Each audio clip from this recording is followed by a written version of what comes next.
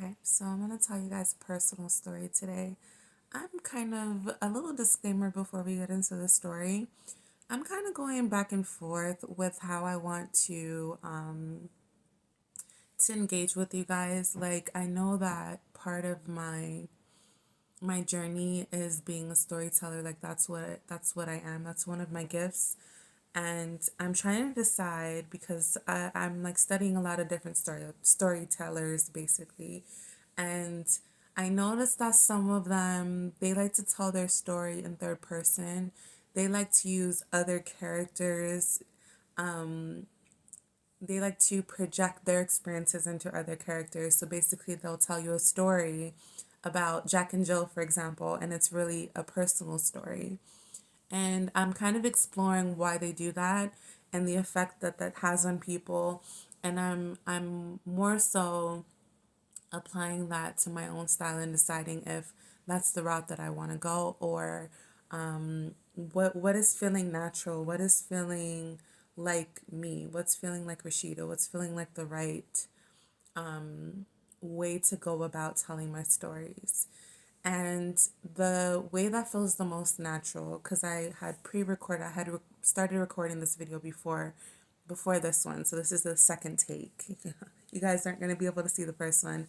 But basically, I was telling the story from a third person point of view. Basically, saying it he and she rather than I and him. And it just didn't feel natural. Like I was rolling my eyes the whole time. I was, you know, thinking about what I was going to say the whole time. Like it wasn't flowing.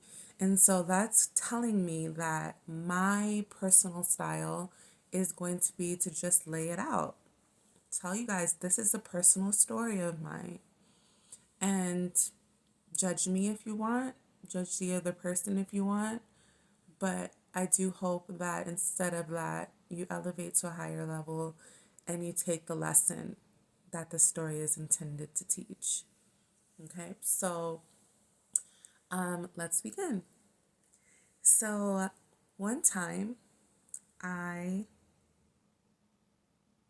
got an assignment to come into the life of this man, and it wasn't revealed to me until later his background, but basically, he had been raised, or he was in the energy of wanting to serve women, wanting to respect women, wanting to give them everything and be what to him a man was supposed to be. And, you know, he wasn't completely wrong in his ideas. It's just he was a little bit too, he was trying to, okay, he was trying to give that to people who didn't want it. And so he spent a lot of time, a lot of years trying to give love and acceptance and unconditional and everything that he was wanting, trying to give that to all the wrong people. And they kept using him, they kept manipulating him, they kept stabbing him in the back. And he just got to a point where he decided that he was just going to give everybody the same treatment that he had been given. And so this is the time when I came into his life. And prior to meeting me, he broke down one night and prayed to God, asking for reciprocity, asking for true love, asking for somebody to come into his life who would accept him for who he is and understand where he was coming from, and just see him. He just finally wanted to be seen, which is something that we all desire. It's a desire that we all have to some extent. And the thing is, everyone is not going to see you, like truly see you. Like, even you guys watching this video right now, you are seeing me through your own particular lens, which is why everybody that's viewing this is going to have a different perception of what I'm saying, because you're viewing it through your own lens, your own perception. And so he just wanted to finally be seen without any lens, just for who he was, just for who he is. And so he prayed for this. He prayed for that. He prayed for this woman who would come in and love him for him. And after he prayed, he just kind of forgot about it. And then the woman, me, I show up. And the first thing he does is judge me. The first thing he does is treat me in the way that he had been treated. The first thing he does is put up boundaries and walls and throw accusations and slander my way. Whore and all of these other names and things that he accused me of, and all these things that he said that I was and I was doing to him. And they were all projections. They were all projections of things that women had done to him and things that he had done to women. And he was feeling a little bit guilty, a little bit of shame. He's definitely feeling it now, but during the time he had made up his mind that I would be the one to pay for all of those other women who hurt him, all of those other people who manipulated him and used him. He decided that I'd be the one to pay for that. So he did everything that he could do to make me pay. And each time he criticized me, each time he belittled me, each time he disrespected me, each time he talked about me behind my back, each time he plotted with others to cause downfalls, to cause towers in my life, to cause destruction, each time he spoke against me, acted against me, I still responded in unconditional love. And so naturally, things got to the point where I just, which was constructed, I just kind of, I blew up at him, and the whole thing ended in a domestic situation. And at no point did he ever take accountability. And instead of at that point taking accountability, because I knew going into that situation that was what was going to need to happen. And I went in fully prepared for that to be the end of our relationship. God reveals things to you when you're put, like I said, he sent me on a mission to be around this man. So I was given certain intel. I was given certain insights into what was happening. He didn't fully reveal everything because he needed me to be blind to certain things so that, it would play out in a certain kind of way. But along the way, certain things were revealed to me. And so I say that to say that he was given plenty of opportunities to turn around, plenty of opportunities to admit, plenty of opportunities to offer a sincere apology. And at no point did he. Now, during all of this, he did offer some apologies. And a part of me felt like they were sincere. A part of me felt like they came from because, there's a saying that goes out. A true apology is changed behavior. So because he understood this, he constructed his actions and his facade in a way that it seemed as if his apologies were backed up with changed behavior. But what was really happening in actuality was just he was just a master at manipulating. He was just the master at what he was doing. And the way that I realized this wasn't until way after the relationship, because we haven't been in contact for almost 2 years now, going on 3 years probably. I lost count, but the way that I realized this was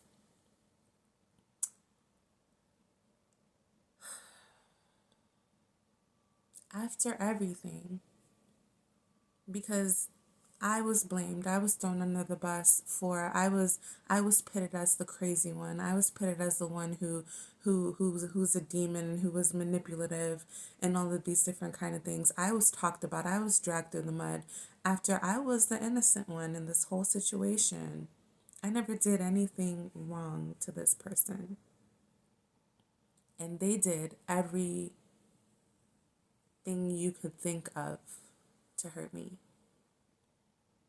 Everything that you can think of. Other women, public humiliation, physical, verbal abuse, all of it. Everything that you can imagine to break me down, to make me feel shameful, to make me feel less than. Everything imaginable to break me. The person that God had sent, the person he had prayed for, and God answered his prayer and sent him what he asked for. And he stomped on it, literally. And so it didn't hit me until afterwards. Here we are years later. I still haven't gotten an apology. I still haven't gotten an honest conversation from him about why he did any of these things. I still haven't gotten accountability, none of it. But it was so easy for him in all those instances to come and apologize, to come and be vulnerable, to come and say that it was his fault. You know, he wanted to apologize for whatever he did and said. There were some times he did apologize. But I'm realizing that every time he did, it was a manipulation tactic. It was to get something. It was to put me in a state of, to lower my guard so that he can execute his next attack, because he had already planned the attack.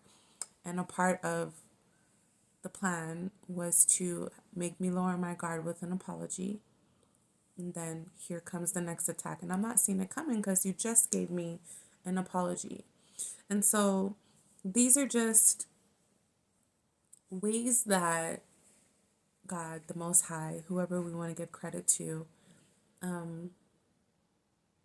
trains us and prepares us for the things and people that we're going to encounter in life. And so it was so easy for him to apologize then. Why is it so hard for him to apologize now? And the reason for that is because he has made a habit of using apologies for the wrong reasons. He's made a habit of using good deeds for deception, apologies for deception. All of these things that we would think would be characteristic of a truly good-natured person, a person who truly has humility, who truly is sorry, who truly is willing to change, willing to admit that they are not perfect. Somebody who actually has a good heart, a pure heart, pure intentions. A lot of times people who don't have that will fake like they do in order to get what they want later. And it's sad. So it's sad on so many different levels. And so I wanted to tell this story because and if you're this person or you're dealing with this person, this type of person, because these stories are not unique to one person, which is another reason why I'm sharing it. There are other people, thousands of other people in the world who are going through this similar situation. It's not going to be with the same person, but it's going to be with a person who's going through has the same type of energy, is going through the same type of lesson. And so my message is going to be, let go of wanting to win, let go of wanting to save face, and embrace the lesson. There is a reason why you pushed away what you had prayed for. And that reason is because it's not what you truly want. And so now the task is to figure out what it is that you truly want. But you can't do that until you atone for your sins. You can't do that until you offer a sincere apology to those who you've hurt. It's easy for you to pretend to be vulnerable so that you can get what you want. Why don't you try genuine vulnerability and see how far you can get with that? I feel your energy pulling at me, and it's annoying at this point. I'm going to be honest with you. It's annoying. It's despicable.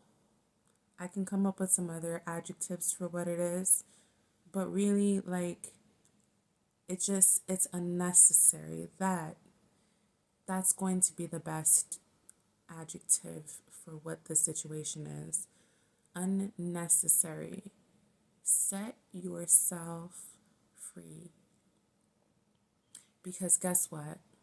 You withholding closure from me, you withholding this apology that you know you owe me,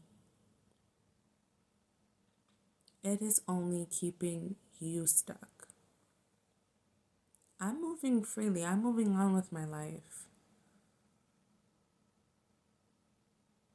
And I know that you think by withholding closure and by holding on to this apology and by not giving me the truth that I deserve,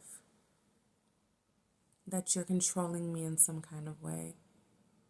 You're impeding further progress. You're keeping me from moving forward. You're keeping me stuck in the same place that you're in. And I'm telling you, it's not, what's done is already done. Damage is already done. I've already seen you for who you are. So now all that's left to do is to just come in and have the conversation. And whatever you're afraid of, me lashing back at you, me calling you names, me treating you basically the way that you treated me, just know that I have no desire, I have no need for any of that. I honestly will just sit there and listen.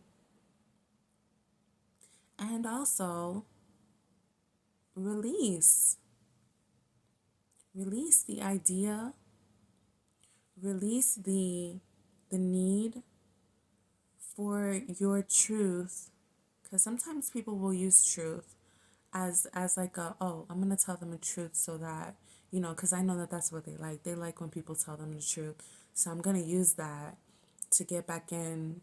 You know that that's not gonna work with me, so stop pushing this off.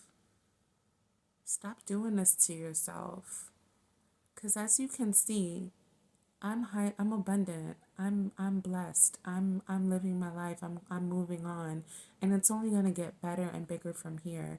And you're not going to be a part of that. Whether you offer me a closure or not, whether you offer me an apology or not, there is no way that you can come back in and take anything from me. So just for yourself, do it for you, because you're not doing it for me. Do it for you. Please. Come in and apologize. You'll feel so much better. You'll feel so much more at peace. Abundance will rain down on you. Do the right thing.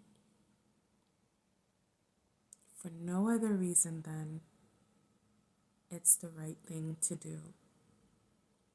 Okay? All right, guys.